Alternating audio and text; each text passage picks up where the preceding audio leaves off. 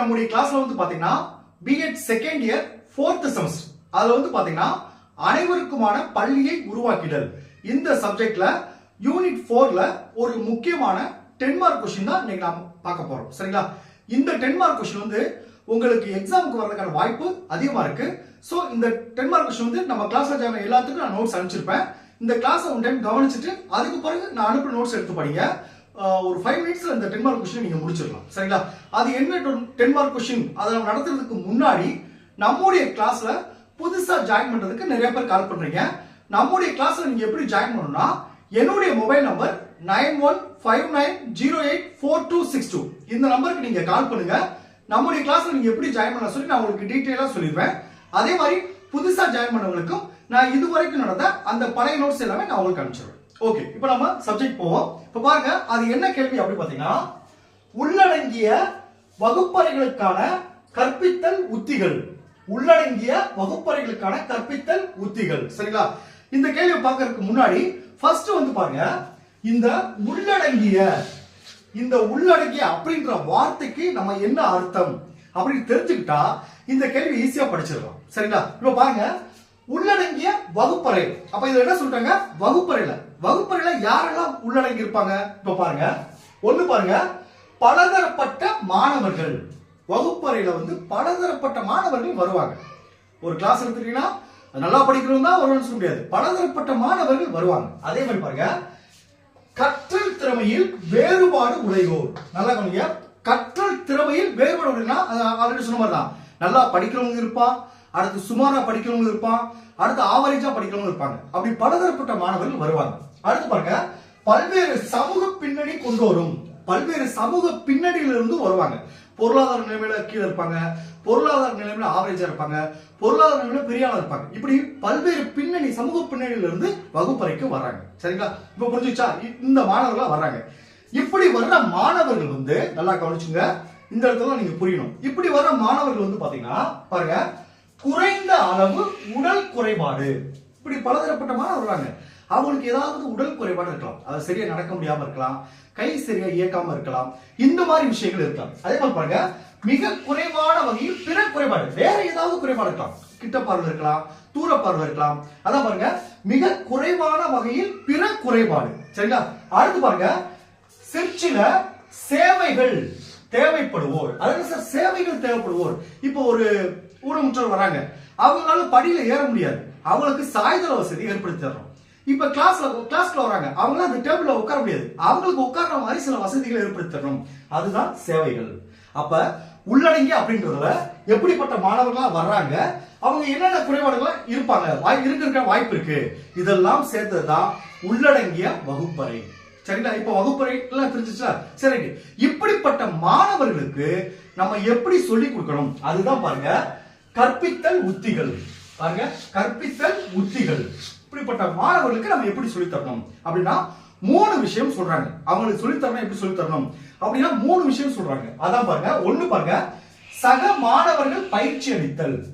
முதல் விஷயம் பாருங்க, சக மாணவர் பயிற்சி அளித்தல். இரண்டாவது விஷயம் பாருங்க, கூட்டுறவுடன் கற்றல். இரண்டாவது கூட்டுறவுடன் கற்றல். மூணாவது பாருங்க, இணைந்து கற்பித்தல். இந்த 3 விஷயம் மூலமா இந்த கற்பித்தல் உத்திகளை கையாளலாம். எப்படிப்பட்ட மாணவர்கள் வரான்னு சொல்லிட்டேன், அவங்களுக்கு என்னென்ன குறைபாடுகளுக்கு வாய்ப்பு இருக்கு சொல்லிட்டேன், இப்படி மாணவர்களுக்கு நம்ம எப்படி சொல்லி தரணும் அப்படின்றதா. அதுல 3 விஷயம், சக மாணவர்களுக்கு பயிற்சி அளித்தல், கூட்டுறவுடன் கற்றல், இணைந்து கற்பித்தல். இப்ப நான் சொல்றதை வச்சு உங்களுக்கு அந்த அடிப்படை கண்டென்ட் ஈஸியா புரிஞ்சிருக்கும், நீங்க ஈஸியா எழுதுறதுக்கு ரொம்ப உதவியா இருக்கும். இப்ப நான் சொல்ற பாருங்க, உங்களுக்கு ஈஸியா புரியும். ஃபர்ஸ்ட் பாருங்க, உள்ளடங்கிய வகுப்பறைகளுக்கான கற்பித்தல் உத்திகள். இதுல முதல் பாருங்க, உள்ளடங்கிய வகுப்பறைகள் பலதரப்பட்ட மாணவர்களையும் கற்றல் திறமையில் வேறுபாடு உடையோரையும் பல்வேறு சமூக பொருளாதார பின்னணி உடையோரையும் கொண்டதாக விளங்குகின்றன. இது ஆல்ரெடி சொல்லிட்டேன். அடுத்த முக்கியமான பாக்ஸ் கொடுத்துருக்க பாருங்க, உள்ளடங்கிய வகுப்பறையில் உள்ள மாணவர்கள் குறைந்த அளவு உடல்சார் குறைபாடுகள் கொண்டவராகவோ, மிக குறைவான அளவில் பிற வகை குறைபாடுகள் உடையவராகவோ, அல்லது சிற்சில சிறப்பு சேவைகள் மட்டும் தேவைப்படுவராக இருக்கலாம். இப்படி மாணவர்கள்லாம் வர்றாங்க. இவங்களுக்கு வந்து என்னென்ன உத்திகள் இருக்கு? கற்பித்தல் உத்திகள் ஒரு 3 உத்திகள் இருக்கு. அத ஒண்ணு பாருங்க, சக மாணவர் பயிற்சி அளித்தல், அடுத்து கூட்டுறவுடன் கற்பித்தல், 3 இணைந்து கற்பித்தல். இந்த 3 விஷயம் இருக்கு. இன்னைக்கு நம்ம பார்க்க போறது சக மாணவர் பயிற்சி அளித்தல். அதனால சார் சக மாணவர் பயிற்சி அளித்தல்னா என்ன? ஃபர்ஸ்ட் அப்படி பார்த்துவோம். ஒரு இன்ட்ரோடக்ஷன் கொடுத்துக்க பாருங்க. சக பயிற்சி அளித்தல் என்பது ஒரு மாணவர் தன்னுடன் ஒரே வகுப்பில் படிக்கும் மற்றொரு மாணவருக்கு கற்பித்தல் ஆகும். தன்னுடன் படிக்கிற ஒரு மாணவனுக்கு இன்னொரு மாணவர் கற்றுக் கொடுக்குறாங்க. அதாவது இதில் ஒரே வகுப்பில் படிக்கும் இரு மாணவர்களில் ஒருவர் நேருக்கு நேராக மற்றொருவருக்கு கற்பிப்பார். பக்கத்துல உட்கார வச்சு நேருக்கு நேராக கற்பிப்பார்னு சொல்றாங்க. அந்த மற்றொருவர் பாருங்க, அந்த கற்பிக்கப்படுவர் அந்த கண்டென்ட் தெரிஞ்சாதான் அவங்க சொல்லிக் கொடுக்க முடியும். அப்ப அந்த மாணவர்களுக்கு எந்த அளவுக்கு அறிவு இருக்கு அப்படின்றத, எந்த அளவுக்கு அது நாலேஜ் இருக்குன்றத ஆசிரியர் தான் கண்டுபிடிப்பாங்க. அதான் பாருங்க, அந்த மற்றொருவர் கற்பிக்கப்படுவராக செயல்படுவர். இத்தகைய சக மாணவர் பயிற்சி அளித்தல் குறைபாடுகள் கொண்ட மாணவரின் தேவைகளை நிறைவு செய்த வகையில் குறைதீர் கற்பித்தல் அளித்திடவும் கற்பதில் தனிப்பட்ட உதவிகளை வழங்கிடும் கற்பித்தலாக விளங்குகிறது. சரிங்களா? சரி சார், இதுல என்னென்ன படிநிலைகள் இருக்கு அதான் சக மாணவர் பயிற்சி அளித்தலில் இடம்பெறும் படிநிலைகள். இப்போ ஒரு வகுப்புல ஒரு மாணவர் மற்ற மாணவர் சொல்லிக் கொடுக்காங்க. இதுல என்னென்ன படிநிலைகள் நம்ம வச்சிருக்கோம்? முதல் படிநிலை பாரு, வகுப்பில் மாணவரது செயல்திறத்தை மதிப்பிடல்.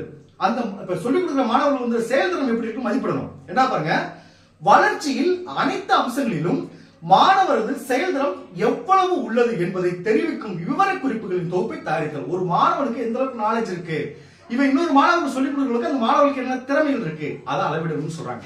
மூணாவது பாருங்க, மாணவர்களது பலங்களை அடையாளம் கண்டு கற்றல் தேர்ச்சி மிகுந்து காணப்படுவோடு பாத்தீங்களா, கற்றல் தேர்ச்சி யாருக்கு அதிகமா இருக்கும் அவங்க சிலரை தேர்ந்தெடுத்து மாணவர் இணையில் கற்பிப்பவர்களாக செயல்படுவதற்கு தேர்வு செய்தல். அப்படி மாணவர்கள் தான் தேர்வு செய்யணும் சொல்றாங்க. அடுத்து பாருங்க, 4வது பாயிண்ட், ஒவ்வொரு கற்பவருக்கும் பொருத்தமான கற்பிப்பவரை முடிவு செய்து சக மாணவ பயிற்சிக்கான இணைகளை உருவாக்கணும் சொல்றாங்க. அடுத்த 5வது பாயிண்ட் பாருங்க, கற்பதற்கு தெரிவு செய்யப்படுவோர் குறிப்பிட்ட பாடத்தில் கற்றல் தேர்ச்சி உடையவராக இருந்தோடு, அந்த குறிப்பிட்ட பாடத்துல கற்றல் எந்த பாடத்தை சொல்லிக் கொடுக்குறாங்களோ அந்த பாடத்துல தேர்ச்சி உடையவராக இருக்கணும்.